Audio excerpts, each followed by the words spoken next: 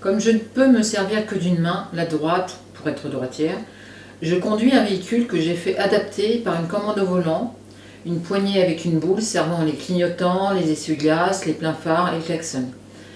Après avoir repris 10 leçons de conduite sur véhicule adapté et validation d'un nouveau permis, rendez-vous chez le médecin à la préfecture et passage d'examen de conduite.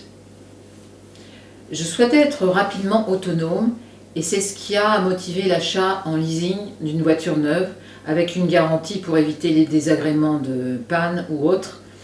Et j'ai sollicité une aide auprès de MDPH, la Maison des personnes handicapées, le référent du conseil départemental, qui a pris en charge 70% du coût de l'adaptation de l'automobile et autres accessoires utiles comme des barres d'appui, etc.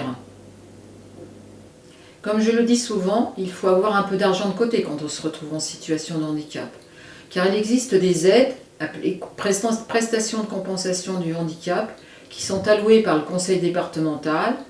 Il y a un dossier conséquent à argumenter et le remboursement intervient après paiement du demandeur, souvent plusieurs mois après la dépense.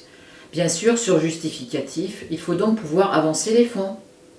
Là, je remercie et félicite le travail d'accompagnement des assistantes sociales pour monter les dossiers assez complexes, réunir toutes les pièces justificatives.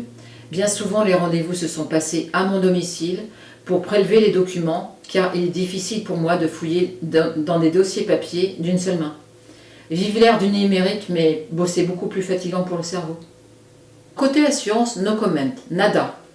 Pour ma part, devant à l'époque rembourser 1 000 € d'emprunt bancaire mensuellement, et ayant diminué considérablement mon activité professionnelle, j'ai décidé de vendre mon appartement pour m'affranchir de la dette et acquérir un appartement plus petit, et par ce biais solder mon emprunt. J'ai géré la vente et l'achat toute seule, déployé toute mon énergie pour parvenir à ce résultat et me mettre à l'abri des soucis. C'est essentiel de s'alléger le mental. Ça m'a valu une dépression sévère avec un séjour en maison de repos durant 1 mois après le déménagement.